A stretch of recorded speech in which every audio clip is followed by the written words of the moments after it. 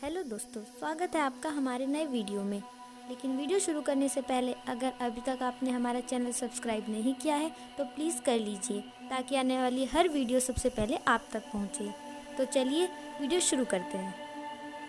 कहानी के शुरू में हम एक बूढ़े आदमी को देखते हैं जिसको अपने घर के ऊपर वाले कमरे से कुछ आवाजें आती हैं। जब ये देखने जाता है तो वहाँ पर कुछ भी नहीं था, पर हाँ उधर एक खिलौना था जो खुद से घूम रहा था। वो बूढ़ा आदमी जब वहाँ पर गौर से देखता है तो उधर उसे किसी का साया दिखाई देता है, जिसे देखने के लिए वो उस पर चादर डाल देता है, पर उसे कुछ भी नजर नहीं आता। लेकिन कुछ ही देर बाद वो साया उसके सामने आ जाता है, जिसे देखकर बूढ़ा आदमी बहुत ज्यादा डर गया था और वो चादर में छुपा साया उस पर हमला करके उसे मार देता है। फिर हमें कुछ सालों के बाद का सीन दिखाया जाता है। हम एक कपल को देखते हैं। एलिसन अपने बचपन के घर में अपने हस्बैंड के साथ रहने के लिए आई थी। एलिसन अपने डैड की मौत के बाद पहली बार अपने घर में आई थी। उसे अपने पुराने घर में आकर बहुत अच्छा लग रहा था। उसकी पुरानी यादें ताज़ा हो गई थी। उसका हस्बैंड रिचर्ड उससे कहता है कि अगर तुम्हें यहाँ पर रहना अच्छा नहीं लग रहा तो हम शहर में भी शिफ्ट हो सकते हैं, क्योंकि ये घर शहर से बहुत दूर था। एलिसन का एक बेटा भी था। रात को एलिसन को अजीबोगरीब सपने आ रहे थे, जिस वजह से वो स्लीप पैरालिसिस में चली गई थी, पर वो अपने जिस्म को भी नहीं हिला पा रही थी। असल में ये उसकी बचपन की बीमारी थी। उसका हस्बैंड उसे शांत करता है। बचपन में उसके डैड उसे इस बीमारी से निकाला करते थे। एलिसन को ये बात समझ नहीं आई थी कि ये उसकी कोई बीमारी है या उसके साथ कुछ वाकई अजीब है, क्योंकि जब भी वो ऐसी हालत में होती थी तो एक औरत उसको दूर खड़ी दिखाई देती थी जो सिर्फ उसी को देखती रहती थी। बचपन में भी उसके साथ बिल्कुल ऐसा ही होता था। उसके डैड उसको समझाते थे कि इसमें कुछ हकीकत नहीं है,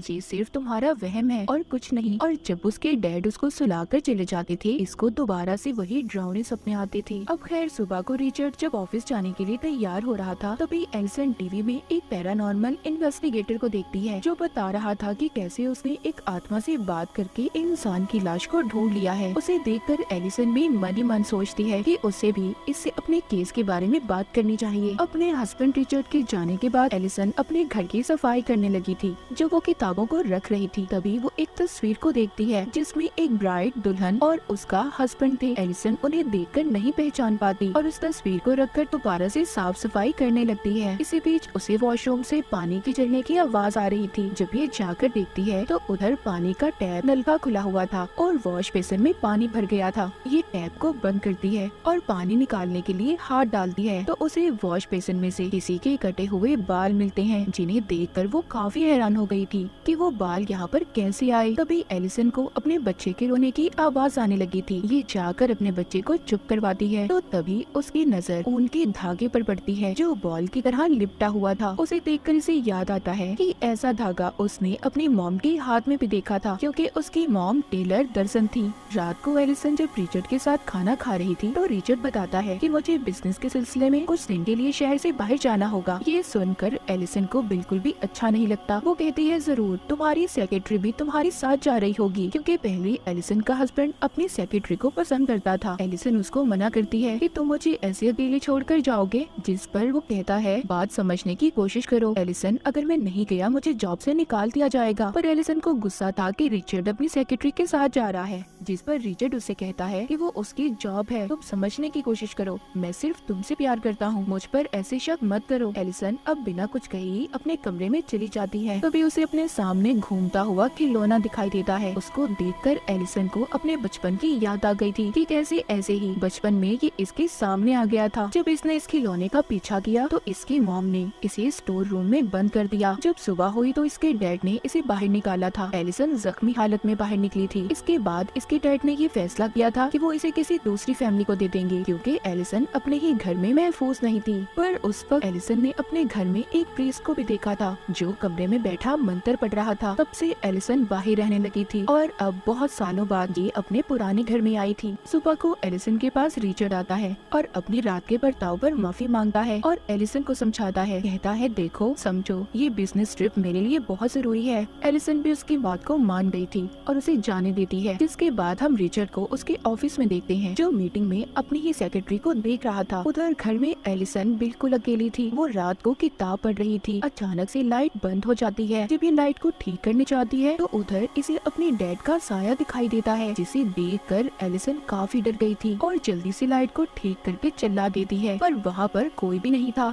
जिसके बाद ये जल्दी से अपने बच्चे के पास जाती है, जिसको ये सही सलामत देखकर सुकून का सांस लेती है और फिर सोने चली जाती है। तभी थोड़ी देर बाद जब एलिसन की आंख खुलती है तो वो ये महसूस करती है कि अभी भी वो स्लीप पैरालिसिस में है। उसी वक्त उसे वॉकी टॉकी पर अपने बच्चे के कमरे में से आवाज आती है, जिसमें कोई कह रहा था कि वो उसके बच्चे को अपने साथ ले जाएगी। ये सुनकर एलिसन काफी डर गई थी। जब वो ठीक होती है तो अपने बच्चे के कमरे में जाती है और फिर रिचर्ड को कॉल करके इसके बारे में बताती है। रिचर्ड सुनकर कहता है कि ये तुम्हारा कोई वहम होगा, क्योंकि अक्सर तुम्हें डरावने सपने आते रहते हैं। रिलैक्स रहो और दवाई खाकर सो जाओ। रिचर्ड अभी भी अपनी सेक्रेटरी के साथ था। उधर अब रात को दोबारा से एलिसन को अपने ऊपर वाले कमरे से आवाज आती है और ये वही कमरा था जो हमने कहानी के शुरू में देखा था। मतलब इसको यहाँ से एक पुरानी टेप भी मिलती है जिसको इसके डैड ने रिकॉर्ड किया था। एलिसन उसको लगाकर देखने लगी थी। ये उस वीडियो में देखती है कि वो अपने मॉम डैड के साथ जंगल में पिकनिक मनाने गई थी, पर साथ ही एक और वो अपनी मॉम की वीडियो देखती है जिसमें उसकी मॉम अजीब सी हरकतें करती हुई दिखाई दे रही थी और उसके डैड ने प्रीस्ट को बुलाया था। ये सब देखकर एलिसन को समझ नहीं आ रहा था कि उसकी मॉम को हुआ क्या था, क्योंकि आज तक उसके डैड ने इस बारे में नहीं बताया था। अब एलिसन किसी तरह उस प्रीस्ट का पता करती है जिसको इसने वीडियो में देखा था और उससे मिलने जाती है। प्रीस्ट उससे पूछता है कि तुम कौन हो। वो बताती है कि आज से कुछ साल पहले मेरे डैड ने तुमसे मदद मांगी थी। मैं उन्हीं की बेटी हूँ। मेरी मॉम को ठीक करने के लिए मुझे जानना है कि आखिर मेरी मॉम को हुआ क्या था, वो क्यों अजीब अजीब हरकतें करती थी। प्रीस्ट कहता है सॉरी,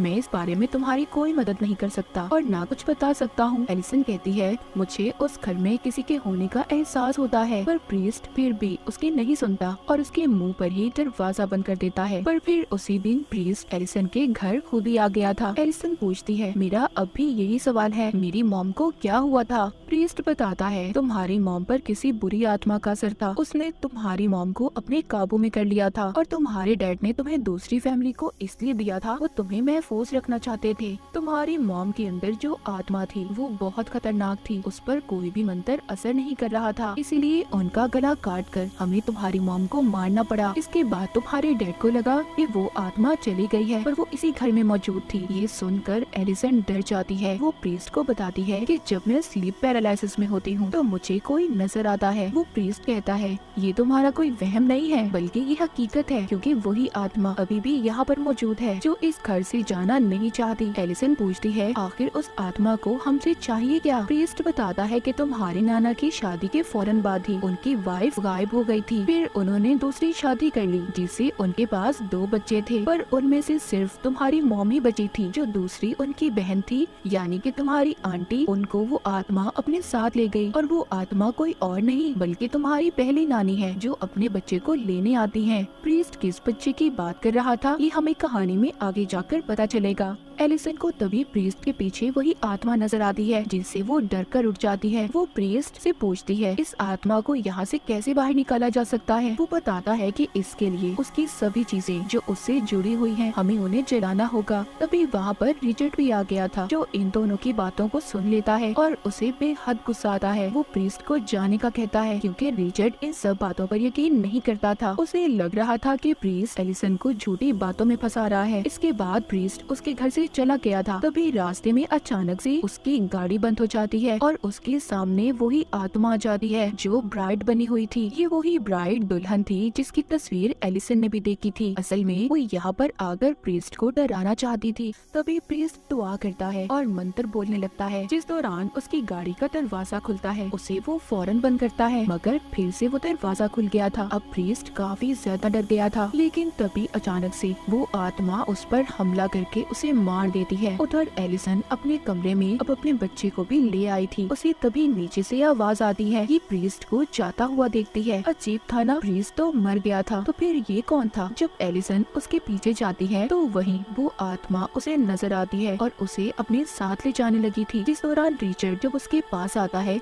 तो आत्मा वहाँ से चली गई थी। जब ये दोनों कमरे में आते हैं तो इन्हें पता चलता है कि वो आत्मा अब इनके बच्चे को अपने साथ ले गई है। अब रिचर्ड पुलिस को बुलाता है। अपने बच्चे बच्चे को ढूंढने के लिए। उधर एलिसन भी ये जानती थी कि उसके बच्चे को एक आत्मा लेकर गई है जिसे पुलिस नहीं ढूंढ सकती। ये अब उसी पैरानॉर्मल इन्वेस्टिगेटर प्रीस्ट को कॉल करती है जिसको इसने पहले टीवी पर देखा था। ये एलिसन के बुलाने से उसके घर पर आता है और उन्हें एक जादुई क्रिस्टल बॉल दिखाता है। वो बताता है जब भी कोई आत्मा, कोई बुरी शक्ति इसके पास होती है, इसका रंग बदल जाता है और तभी इससे पता चलता है कि वहाँ पर कोई बुरी शक्ति है या नहीं। जब ये प्रीस्ट एलिसन के कमरे को देखता है तो उसे पता चलता है कि उसके बच्चे को सच में कोई आत्मा लेकर गई है।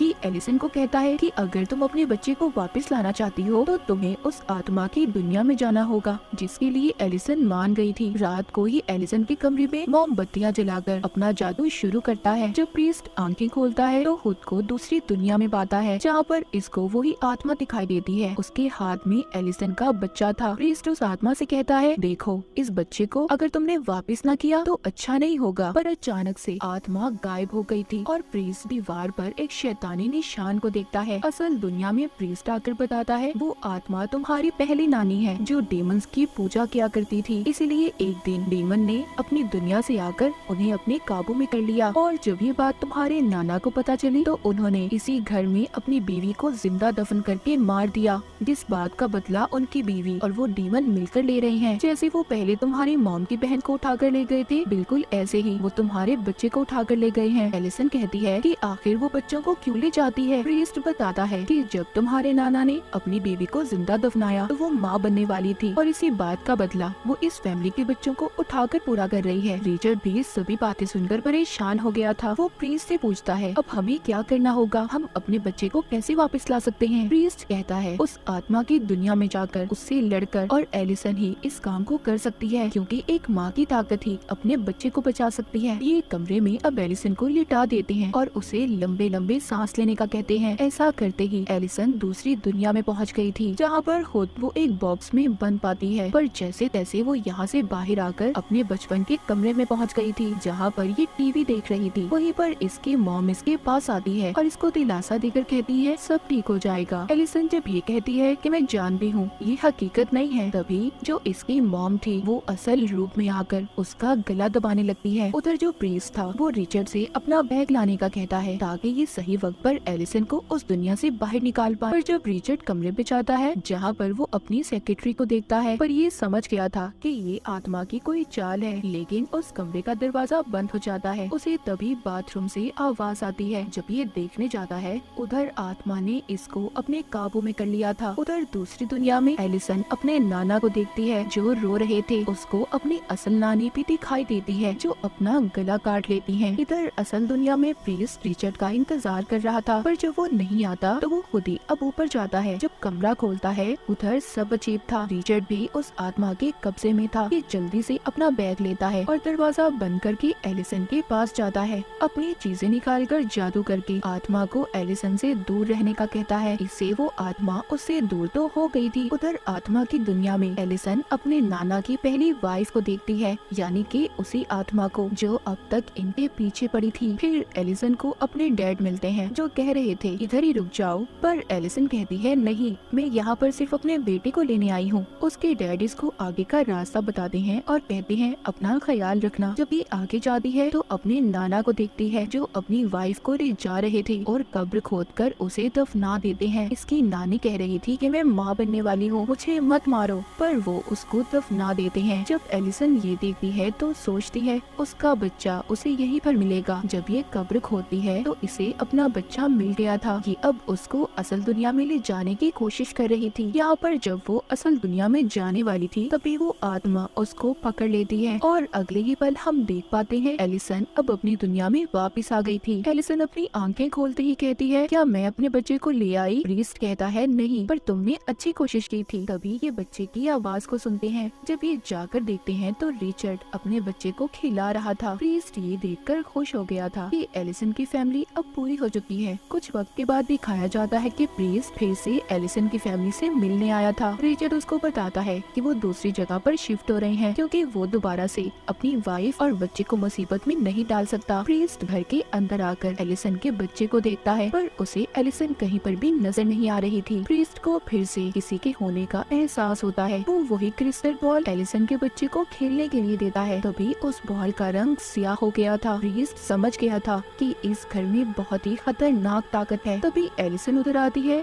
और प्रीस्ट को कहती है वेलकम है तुम्हारा। उस पर हमला करके उसे मार देती है। जिसके बाद जब रिचर्ड घर में आता है तो वो प्रीस्ट की लाश को देखता है। उसे अपने बेसमेंट से आवाजें भी आ रही थी। जब भी वहाँ पर जाकर देखता है तो डीमन के हाथ में उसका बच्चा था और एलिसन पीछे से आकर इस पर हमला करके इसे मार देती है। असल में उस आत्मा ने एलिसन पर अपना कंट्रोल कब्जा कर लिया था और कोई भी इस घर से ना जा पाए, इसीलिए एलिसन के अंदर आकर सबको मार रही थी। अब आगे एलिसन और इसके बच्चे के साथ ये डेड ब्राइड क्या करेगी, और इसी सस्पेंस के साथ ये कहानी यहीं पर खत्म हो जाती है।